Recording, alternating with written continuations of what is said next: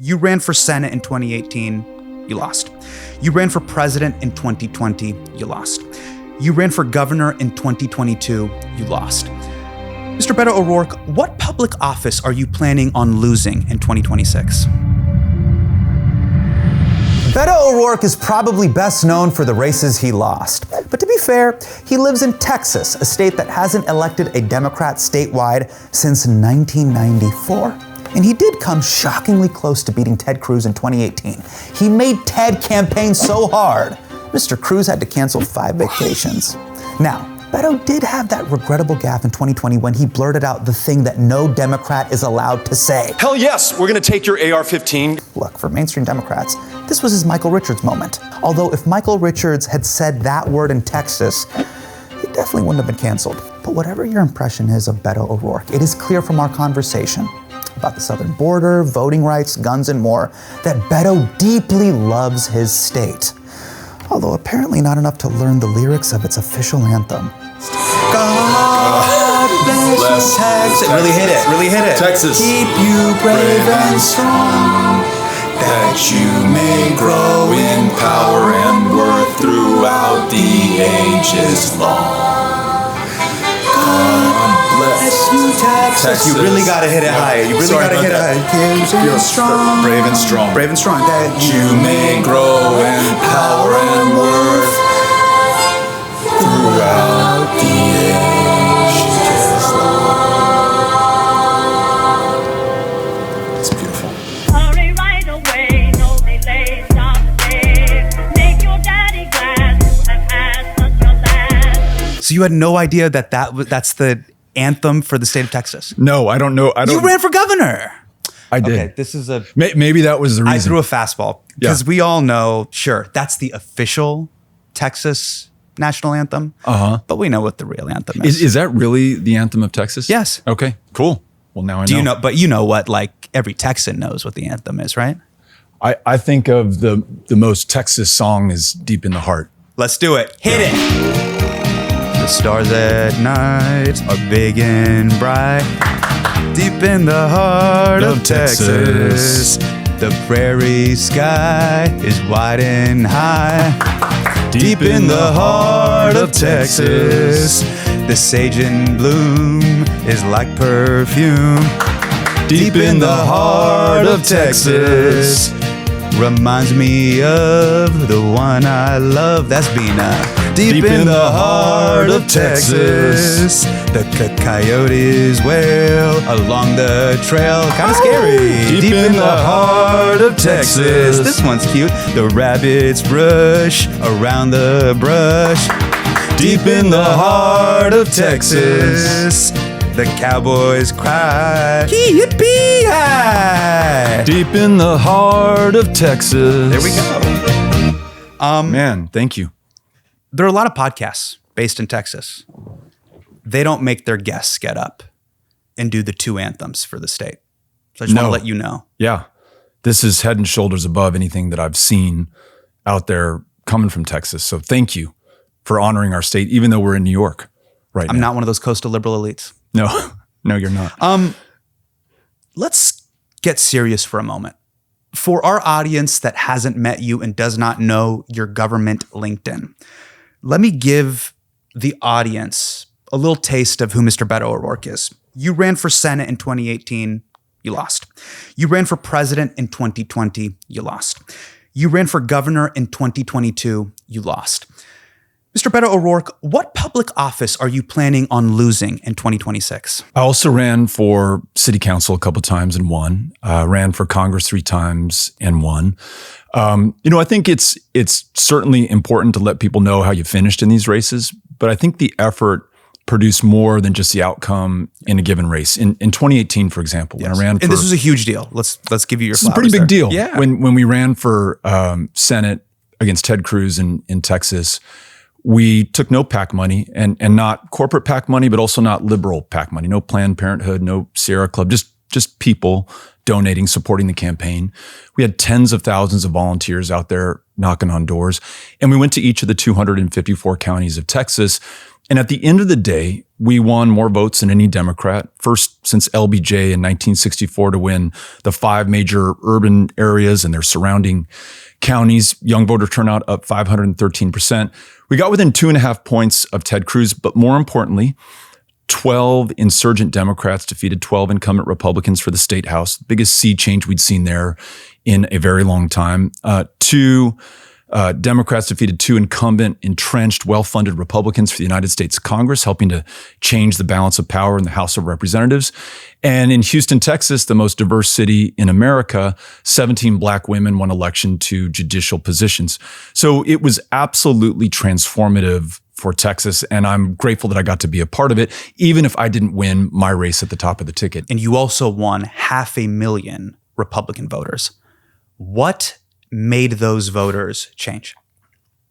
I think people want to see something different in this country, and they know it's going to have to take something different in our politics. So, not taking the PAC money, not being beholden to the corporate side of the Democratic Party, no focus groups, no poll tests, no consultants, just people hanging out with people, and going to the places you'd expect to see me in Texas, like Austin or Houston or Dallas, and we were there, but also going to Amarillo or Dalhart or Tyler or Texarkana or Palestine or Pittsburgh, Texas too. These are places where Democrats have feared to tread for decades. And so Republicans don't really have to show up either because they don't have a competitor on the ballot in November. And these folks had gone unrepresented, unfought for. So showing up and showing that, I think, profound respect of meeting people literally where they are, wherever they are in Texas, helped to produce these outcomes. And it didn't require me to trim my sails or to moderate my positions or to, find my place on the political spectrum that aligns with what the political scientists say is going to be popular in Texas. I could just be myself and connect with people who wanted to share with me what was going on in their lives and in their communities. And out of that came something really special. So you're born and raised in Texas, yeah? El Paso. Okay. Walk me through this. I grew up in Sacramento, and I think Sacramento is the Texas of California. But I hear this, and I need you to break this down for me. I see this on the internet. People go, I'm from Texas, and don't turn my state into California. What do they mean? I don't even know. And I'll tell you why. What do they mean? I think they're talking about whatever the caricature is of California that most people don't like. If it is fakeness, if it is high taxes, if it is government that isn't solving problems, if it's homelessness, if it's diversity, if it's people who don't look like you or pray like you or love like you do. But I want to share this with you because I think this is really interesting. No, I legitimately don't know what they're talking about. So this might defy the expectation that a lot of people had. Yeah. In 2018, I won the votes of those cast by people born in Texas. I beat Ted Cruz when it came to people who were born in our state. Ted Cruz beat me with people who had moved to our state from California and other places. Interesting. So that's something that most people probably didn't expect. That's an They interesting think, detail. these folks coming from the coast, they're going to vote for Beto. They're liberals, they're progressives. I think in some case, they're folks who think that they'll find a more appropriate cultural home in Texas for the things that they're into, whatever that might be. And those are the folks who voted for Ted Cruz. So Democrats are looking to defeat Republican incumbent John Cornyn in 2026. Is the ring calling to you? I don't know. Okay. So here's what I've learned from running these races that you just described. Yes. Even in 2018, arguably the most successful effort I made statewide, I was at the top of the ticket, at least, the only candidate who was raising significant money, the only candidate who was able to go to all these 254 counties, the only candidate who was able to raise volunteers, media attention, and get this engine really rolling. If I had been joined by another or maybe 2 or 3 other candidates at the top of the ticket for governor, attorney general, lieutenant governor, for example, I'm confident that one of us would have punched through for one of those offices. It could have been me for Senate, somebody else for governor. When I ran in 22, same deal. I was taking on Greg Abbott, who outspent me nearly 2-1. There was no other Democrat at the top of the ticket who was able to raise or campaign sufficient to the task that we had which meant that it's not just me running against Greg Abbott, it's me running against every statewide Republican who can spend tens of millions of dollars in their races, cumulatively absolutely burying us.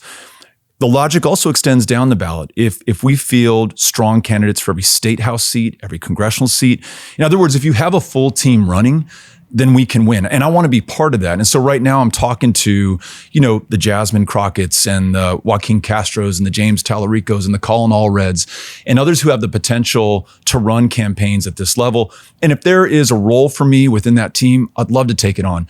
And if not, that's okay as well, because the most important thing is not my political career or what I do or don't do. The most important thing is saving this country right now, given the threats that we face. And I think it all comes down to Texas. Help paint the picture here, which is, so obviously the incumbent right now is John Cornyn, but he recently got booed at his own rally. As you know, we are still red. And now it looks like Ken Paxton is going to be the name. For our audience that doesn't know who Ken Paxton is, please describe who Ken Paxton is and be as profane as possible, because that does better on the algorithm. Yeah. Okay. Ken Paxton is the Attorney General for the state of Texas. He has been indicted twice under active FBI investigation. He was impeached by the state legislature for alleged crimes that he had committed, a state legislature dominated by Republicans of his own party. He's a scumbag. He's a crook. He is corrupt. He's as bad as it gets. You might see that and think, well, if this guy is the nominee, then it's a cakewalk for Democrats. Mm-hmm. The challenge is we had someone very much like that just win the presidency of the United States in 2024. Yeah, that's what I was about to say. I was like, I think you're big upping him right now because it sounds pretty presidential. Totally. So, this guy ironically could try to run as an outsider. He could say, hey, they've come after me because I am fighting the system. I'm trying to drain the swamp. The old Trump line of they're coming, they're trying to come through me to get to you, and only I stand between them and you. I am your champion. I am your defender. So I think he would be formidable and not somebody that we could take for granted. I think he's also likely to be the nominee because he is deeply popular with the most extreme MAGA side of the Republican base in Texas, unlike John Cornyn, our senior senator, who, as you mentioned, was booed at the Republican state convention. I mean, no one loves John Cornyn. Nobody really hates him that much either. He just doesn't elicit a bunch of emotion one way or the other. I would consider you to be a Ted Cruz expert. You have gone head to head with him many a time. Is that correct? That's true. I mean, I ran against him, and certainly I'm trying to point out to people just how dangerous this guy is to our country. Okay, so as a Ted Cruz expert, why is he always on vacation at the worst possible times? 2021, yeah, during the power outages, he hits Cancun. Ritz-Carlton in Cancun. 2025, most recently during the floods, he's in Greece. Yeah. Now, this raises an important philosophical question in regards to the chicken or the egg. Is it Ted Cruz landing and then causing natural disasters? Or does the natural disaster start and he decides to skedaddle? Yeah, the question extends to his attendance at Astros games in Houston. It seems that when he was sitting behind home plate, the Astros would lose. So I think he's a curse upon the people of Texas, any way that you put it. It's clear that he doesn't care about the people that he purports to serve or represent. That should be damning in and of itself. And for me, it is even worse. And this wasn't the case in 2018. But it certainly was in 2021. His effort to incite an insurrection against the country's government in which he serves, to try to overturn a lawfully, fairly, democratically decided election, my opinion, that should bar him from any public service and really should prompt an investigation by the Department of Justice into his role in that insurrection attempt on the 6th of January, 2021. And I think it's one of the big failings, honestly, of the previous administration and their Department of Justice. They didn't prosecute those like Donald Trump or like Ted Cruz who were responsible for that insurrection. And the fact that we nearly lost what Lincoln called the last best hope of Earth. They had they were going to hang Mike Pence, and they had a gallows constructed at the plaza. They were beating the shit out of cops, and many took their lives in the aftermath of that insurrection at the Capitol. They threatened to kill lawmakers where they worked, and Donald Trump, once he is in office, pardoned each and every single one of them, including the ones, especially the ones who beat those cops and nearly killed them. So look, that's on Donald Trump, but it's also on those of us and the American people who understood the crimes that he committed, who recognize that we have a system of justice where no one is above and no one is below the law, certainly not former presidents included, especially before the Supreme Court said that they were immune for their official acts. And he should have been prosecuted. Why he didn't, I don't know, but it has brought us to where we are now, where the president is using the Department of Justice to go after people who are innocent, like President Obama and other officials in previous administrations. So when we don't act, when we have the chance, there are real consequences and ramifications for this country, and we're seeing it play out right now. One of the things that Texas is a hotbed in terms of the discussion is the southern border and immigration. You grew up in El Paso, correct? Yeah. Okay. So you literally grew up on the southern border. This is a photo of what El Paso and Juarez look like from above. And they kind of look like the same city. Yeah. It's fucking beautiful. I mean, I see that and it just gives me chills. So growing up around that, right? Did the border kind of feel arbitrary to you? Because it all looks like one big city. In some respects, the border is very real. You go through a checkpoint when you want to go into Ciudad Juarez, or if you're coming north from Ciudad Juarez into El Paso. But beyond that, like culturally, historically, familially, I'd go to school with kids at Mesita Elementary in El Paso whose grandparents were in Juarez. And so on the weekends, they stayed at their parents' home in Mexico. The food, the culture, the cuisine, the music. What's really amazing is that El Paso is pretty geographically and politically isolated from the rest of the country. It's 4 hours north to Albuquerque, New Mexico. It is, 8.5 hours due east or southeast to Austin, Texas, our state capital. For Ciudad Juarez, it's 4 hours to their state capital in Chihuahua, Mexico City, a similar distance. So we really formed and grew up together.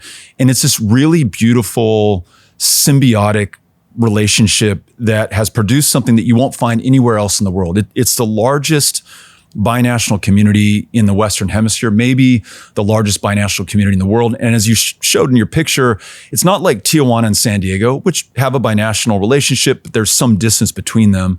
These two cities, the street grids literally flow into each other. Families are on both sides of the border. Businesses operate on both sides of the border. It's really a magical, beautiful, wonderful place. Nothing else like it. One of the things that you talk about is, I can tell there is clear passion in how you feel about it because you actually live there. So in your book, this is a pull quote from your book, where you talk about kind of the way people talk about the border when you actually live there versus, hey, you're in a news studio and you're talking about a culture war debate. The border is so physically isolated and removed from the centers of power and popular culture in the United States, i.e. New York or LA, and Mexico, that it ends up being defined by those who've never been there, whose imaginations run wild with danger. What do people who've never been there fundamentally misunderstand about the southern border? Beyond everything that I just described to you, kind of my subjective experience of having grown up there and now we're raising our kids there, by the numbers, it's one of the safest cities in America. Some years it was, bar none, the safest city in the United States of America. And it absolutely defies the popular conception and the conventional wisdom that the border, because of its proximity to Mexico, or because about a quarter of those with whom we live were born in another country and chose to come here and, plant their flag in El Paso, that somehow that makes us more dangerous or more prone to criminality or violence. I mean, hence Trump's escalator speech, they're not sending their very best. These are the rapists and the criminals who are coming to get us. And he doubles down on that, right? He talks about an invasion, a very scary militaristic term. He describes immigrants as animals. So he literally dehumanizes them, which I think is predicate to putting them in cages, to taking their babies away from them and deporting the mom back to Honduras and putting the kid up for adoption here in the United States, as he did. And it also was, unfortunately, inspiring to those who would act on these fears. There was a guy in Allen, Texas, who heard Trump talking about this invasion of Mexicans coming to get us, purchased an AK-47, drove 600 miles to El Paso, walked into a Walmart in 2019, and before he goes in, he posts this manifesto and says, I've come to repel the Hispanic invasion that I've been warned about. And then goes into that Walmart and blows away, slaughters, kills 23 people in a matter of minutes in a city that's metro area is about 1 million large, that doesn't lose 20 people in a given year because it's so fucking safe. Yeah. And it's safe not in spite of the fact that we are a city full of immigrants. It's safe because we are a city full of immigrants, and we're not the outlier. I mean, you look at New York City, you look at Laredo, Texas, you look at San Diego. There's a correlation between immigrants making our communities better, stronger, and yes, safer as well. And so I make this point to you because it's not just that it's a bummer that people don't get us. It's that when they don't get us or when they purposefully lie about who we are, there are lives that are lost in the process. 23 in El Paso, and it is bound to happen again unless we're able to stop this. So I think part of my mission is making sure that I share the truth. Well, I think what's more terrifying than that is it isn't just the one-off kind of extremely cruel moments of xenophobia, racism, and bigotry. It actually informs a larger public discourse around immigration that then informs how we look at immigration as a country. Because, by the way, we're having this conversation in New York City, and I know people in Texas and Florida, they go, New York fucking blows. And it does. But not because of the reasons you're saying. They're like, I'm not going to New York City. I'm going to get fucking stabbed in Manhattan. It's not about getting stabbed. This city is boring. Every time I turn a goddamn corner in this city, I'm like, oh, great, another Lululemon. Oh, let me turn another corner. Here's another goddamn Baked by Melissa. Do I need another micro cupcake in this goddamn city? So that's what I would say to the people of Texas and Florida that are too afraid to come here. Let's go to the next topic. Donald Trump recently passed the big, beautiful bill. Post BBB, ICE is getting injected with $75 billion extra. What will ICE become now that it has more cash and resources? So ICE was already going into our communities with plainclothes masked agents, sweeping people off the street without badges or warrants. So you don't know who these guys are who just jumped out of this van and are picking you up or picking your friend up or picking your dad up or picking your daughter up. Illegally detaining, imprisoning, in many cases deporting people, in some cases to a gulag in El Salvador, notorious for torture and for beatings. A gulag, once you're sent in, there's very little chance you will ever come out of again. No due process, no constitutional protections. Using the fig leaf of this law passed in the late 18th century, the Enemy Alien Act that has only been invoked in, I think, in World War I, the War of 1812, maybe World War II, and not instances that we're particularly proud of as a country. So that's what they've done before they got this injection of money. What are they going to do with the money? This is interesting. You've read about or seen pictures or videos of Alligator Alcatraz in Florida. They're building more and more and more detention centers, which is curious because entry into this country, illegal entry into this country is at an all-time low. They're having a hard time finding enough immigrants to deport in these big sweeps through American cities. So what are all these new detention centers for? Who are they for? At first it was going to be the violent thugs, the terrorists in Trump's language. Then it was just going to be immigrants who were paroled legally into this country under Joe Biden. Now he's made it clear that if you're a U.S. citizen born on U.S. soil, but your parents were born somewhere else, because his executive order on his first day in office is trying to nullify the 14th Amendment and birthright citizenship, you might find yourself in one of those detention centers. Or maybe it is the political enemies of Donald Trump who are actually standing up for due process, the Constitution, rule of law, and the rights of all of us, whether you're an immigrant or a U.S. citizen. So that's where we're going as a country right now.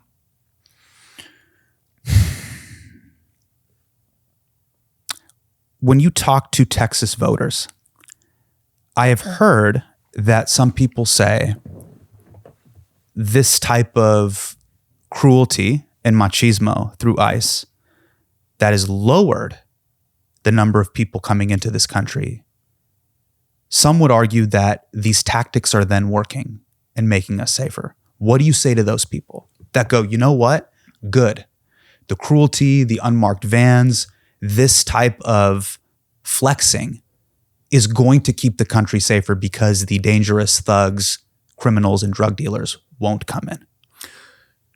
I'd ask folks to just think about the logic of that and how we see this in other countries or in other times in other countries.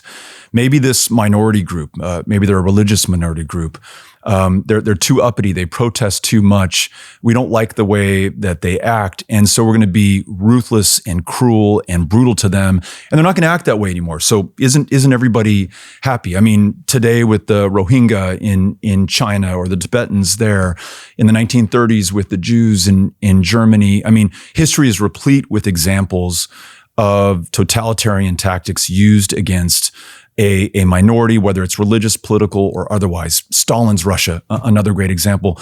Do we want to be that? I had a town hall meeting in the northern part of the state and Wichita Falls, which is actually where Greg Abbott's from. Very Republican, very conservative, not a place where, I was going to win the vote there necessarily. But in that town hall meeting, you had people stepping up and saying, hey, I'm not okay with this lack of due process, with this attack on the Constitution. Veterans who say, look, I swore an oath not to a president, not to a political party, not to anybody in power, but to this document, to this Constitution. And I'm really pissed off that we're tearing it up right in front of our eyes, right here, right now. So I'd also remind folks that this stuff is deeply unpopular. On immigration, arguably Trump's signature policy issue, he's polling at 35% right now. America does not like this Gestapo stuff that we're seeing across our country today. One of the other big fights in America right now, but specifically in Texas, is around gerrymandering.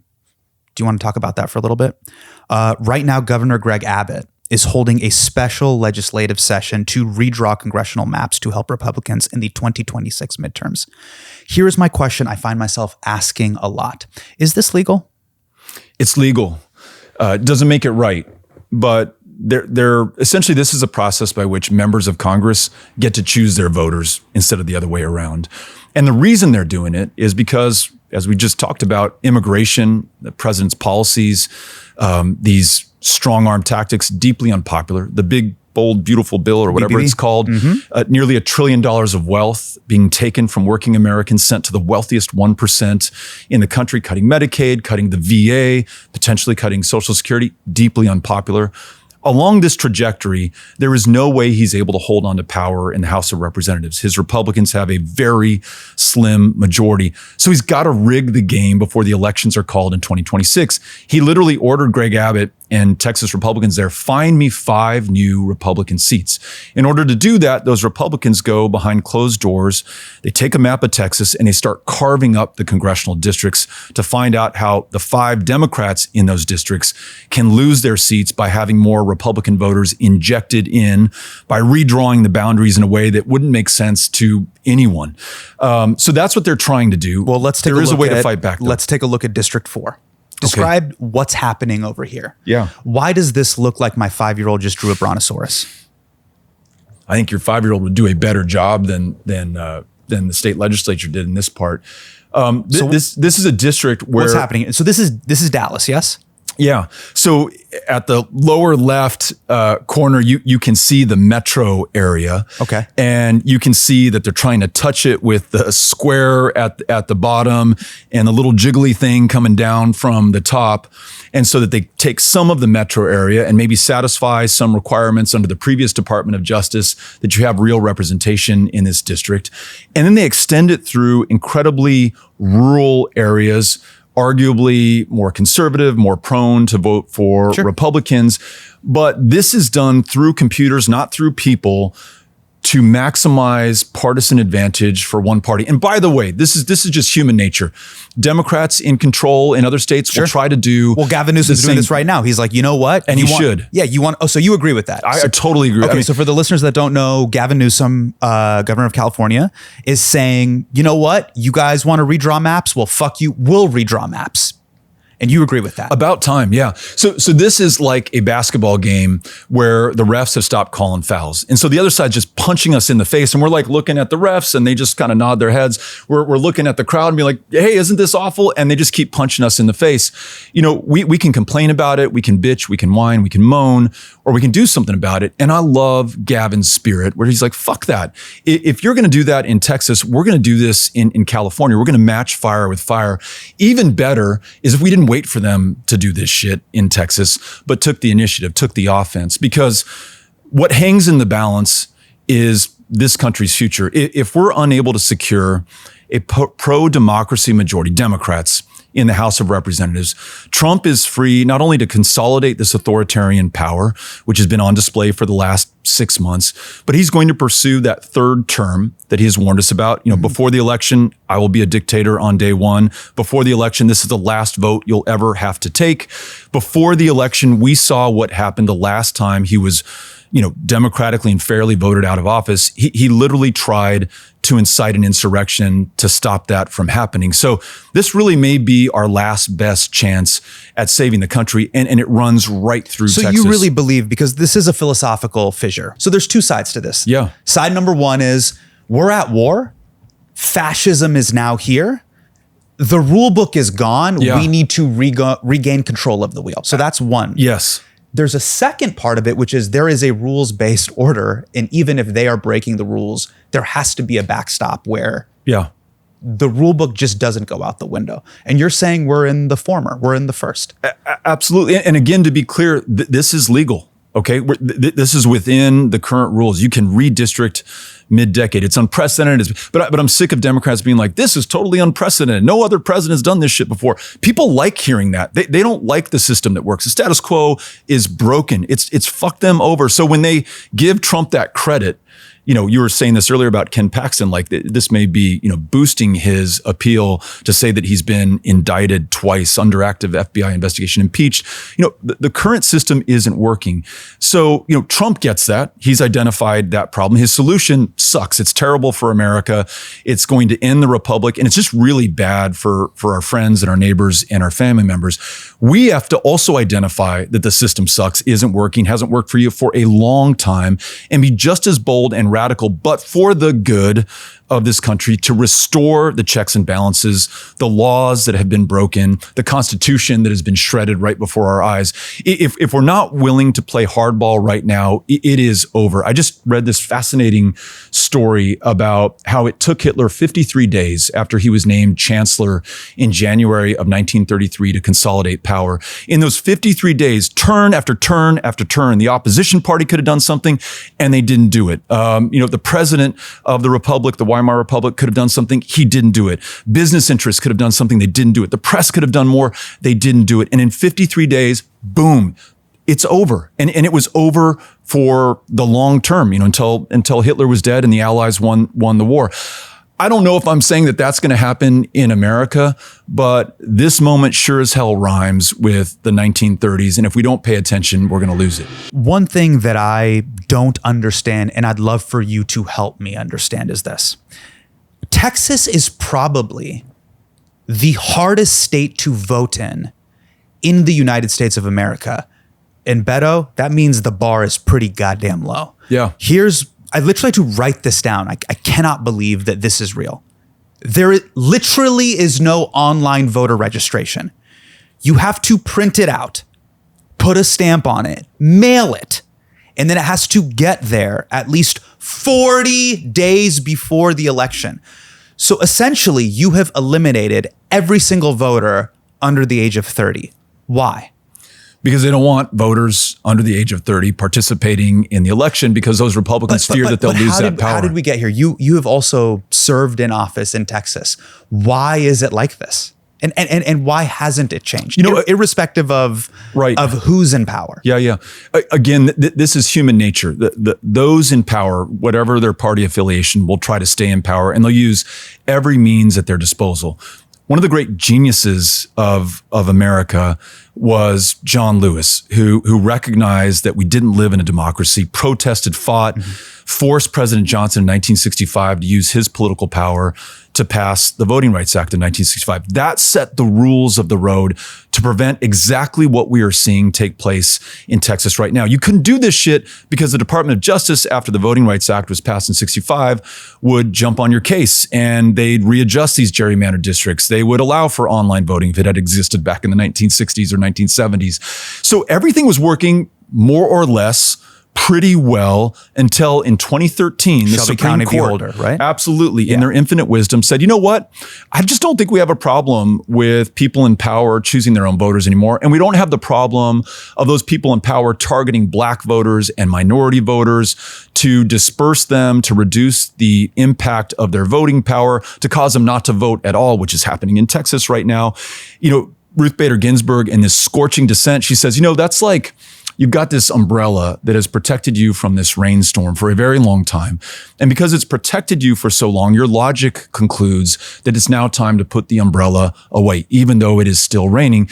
And in the 12 years since then, we've just gotten soaked, not just in Texas, but Mississippi, Alabama, Florida, all these places that have concocted new regulations, closed thousands of polling places, put in new forms of voter ID. In Texas, you can't use your student ID at the University of Texas at Austin to prove who you are at the polling place, but you can use your license to carry a firearm to do the same. Again, very clear who they want to vote and who they do not want to vote in our elections. And the impact has been absolutely devastating. Millions of people otherwise eligible, not participating in our democracy. Harris County has 5 million voters, one drop box.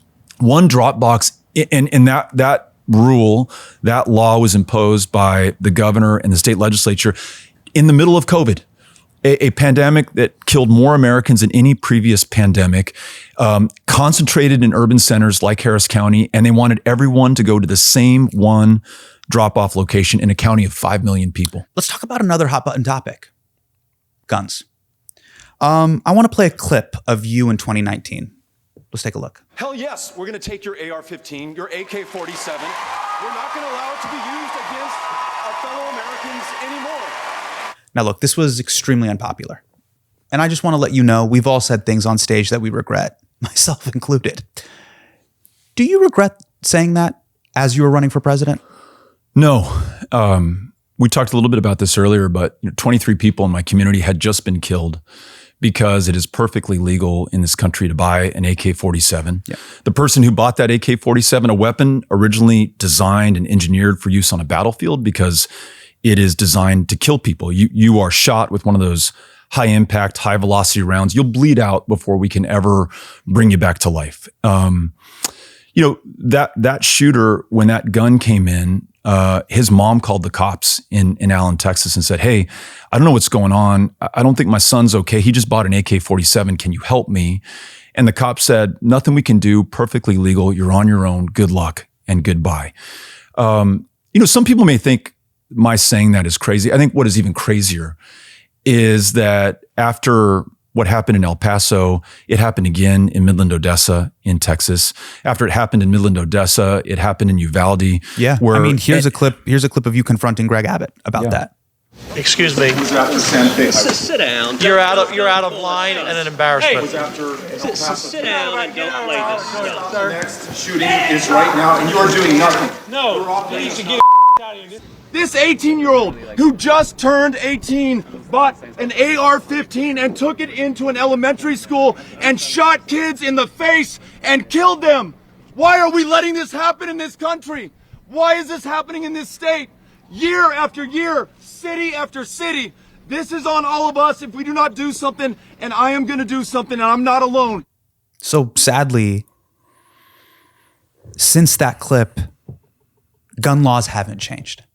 And the question that I've been trying to unpack is this because your sentiment is a reflection of the median voter in Texas? or the median comment in your comment section? Because clearly the people of Texas, I guess, don't want this change. It was interesting. When I travel the state and I listen to folks who may never vote for me, who are Republicans, who may be gun owners, and I say, look, are you okay with what's going on in this state, that we lead the nation in school shootings? No one's cool with that. My grandkid's in 7th grade. I don't want him to get shot. Okay, what are you willing to do about it? If what we're doing right now isn't working and you don't like my proposal, then where can we find some common ground? So if I say, hey, what if we raise the age? It's not my perfect solution and I'd want more, but what if we just raise the age to buy an AR-15 to 21? Folks are cool with that. What if we had a red flag law so that mom in Allen, Texas, who called the cops when her son bought the AK-47, the cops could come in and remove that weapon from his possession so he doesn't use it against someone else? Folks are down with that.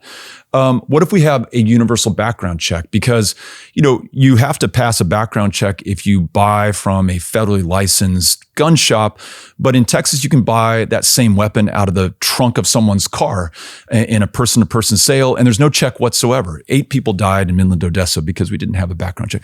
On every single one of those, I get consent from everybody in the room. Now, why is that not reflected in the leadership in Austin, Texas?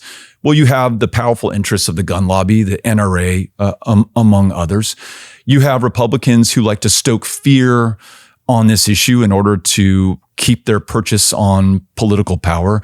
You have folks, in other words, who aren't working for the common good of this country, and especially for the kids that they purport to represent. But here's what gives me hope. There are so many fucked up things in our nation's history that were not right, that were made better by people persistently and patiently working on this issue. That voting rights issue that we talked about earlier, where if you're black, you couldn't vote from 1923 to 1944 in the state of Texas.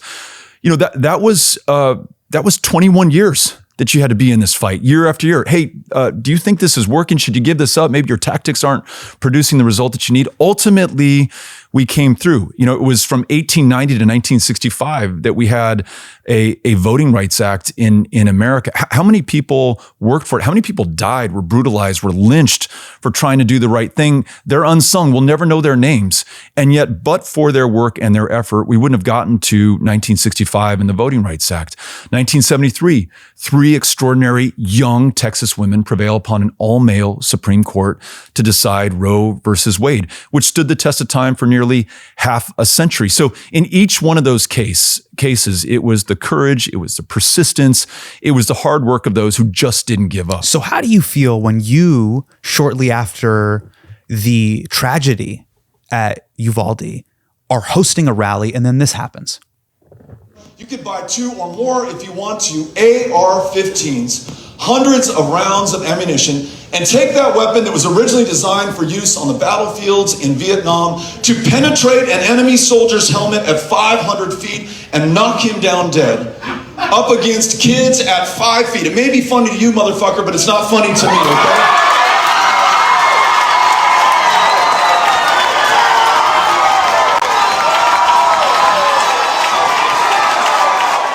Now, obviously you killed at White Mom Def Comedy Jam, but in all seriousness, what is your hope at real change and real discourse when stuff like this happens?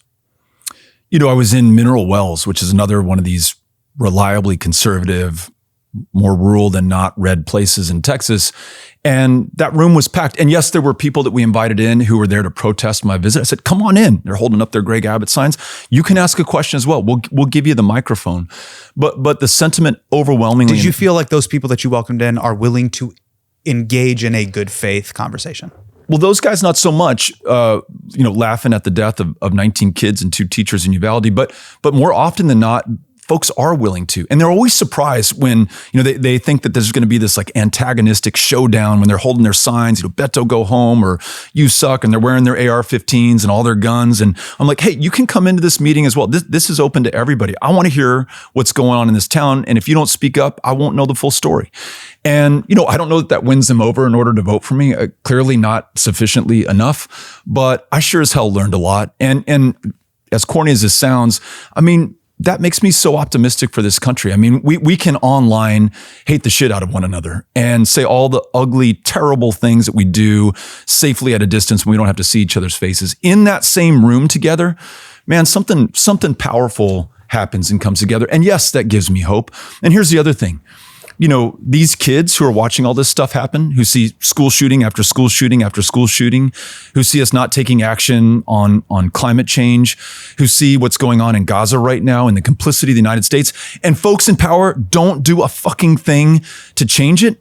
If they don't see that there are champions for the truth, even if it comes at political cost to some of us personally, I worry that they give up on this system.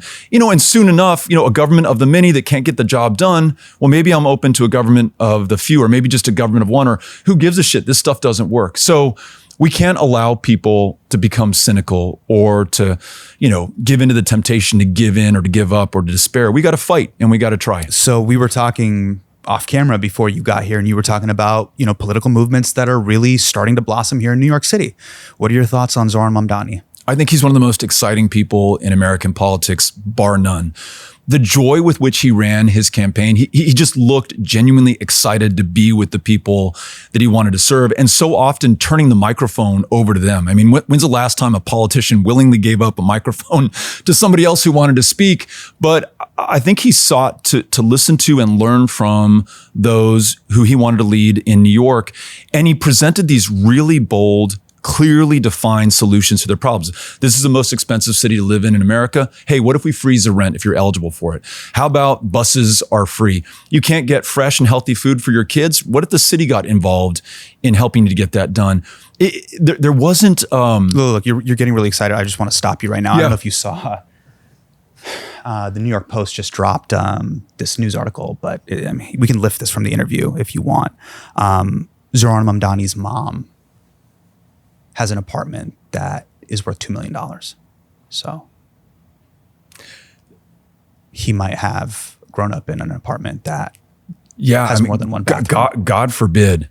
You know, what's great about, I don't know anything about that story. What's great about him or anyone else? Well, I mean, I'm telling you what the story's implying is this guy's brown, and why isn't he poor? You know, similar stories about AOC keep popping up, right? How can she be righteous and fighting for justice when she's supposed to be in squalor and holding a mop? Yes. But she's not. And it's like, well, who are you then? Because you are Hispanic. So come on. Right. That's pretty much what they're saying .pdf. Yeah, I think you're right. I think you're right. But you know what? I think he transcends all this smallness. I think he transcends the smallness of the Democratic old guard who all teamed up behind Cuomo, the smallness of, you know, Eric Adams' corruption, the folks who are trying to gang up on him right now. And he does this with this big smile on his face. Whatever the New York Post says, or, you know, whoever's attacking him for whatever reason, he's just focused on what he's doing. And I love that. Nothing seems to rock him or knock him off his footing. What he has done and what the Democratic electorate here has ratified is something that all of us should be paying attention to. And what I mean by that is not that you're going to make the buses free in Dallas, Texas, although if that's what the voters in Dallas want to do, God bless them, more power to you. But it is that he meets the needs of those that he wants to serve clearly with well-defined policy positions, and then is going to fight like hell to get them done. I think we need to see more of that in America right now. I talked earlier about, it seems like Democrats are always reactive and on the defense against Donald Trump. And part of what's exciting about Gavin Newsom and his idea of redistricting is that it may be a harbinger of some offense that we're going to start playing. This guy, Mamdani, is taking the offense in a way that, you know, it's not mean-spirited. He doesn't have like a growl on his face. He's not like, fuck all you guys for all the shit you did. He's joyful. He's like almost like this Ronald Reagan happy warrior on the left that just makes you feel good about New York. And I think so much of his campaign, notwithstanding the boredom that you feel on a daily basis in this city, is about just how amazing and exciting and wonderful New York City is. It was so much more about that than it was about party identification or politics as we know it. And I think that has something to do with him winning and something to do with him being able to bring out voters who otherwise wouldn't have participated. Mr. Beto O'Rourke, I just want to say thank you so much for joining us on the show. I don't know what your future holds, But no matter what your future holds, in politics or in Texas, I'd like to leave you with a gift, which is a cheat sheet of Texas's national anthem that you did not know. Thank you so much. Yeah, I will use this. Thank you for having me on. Keep it in your breast pocket. Yeah, you got it. Mr. Beto O'Rourke, ladies and gentlemen. Yay.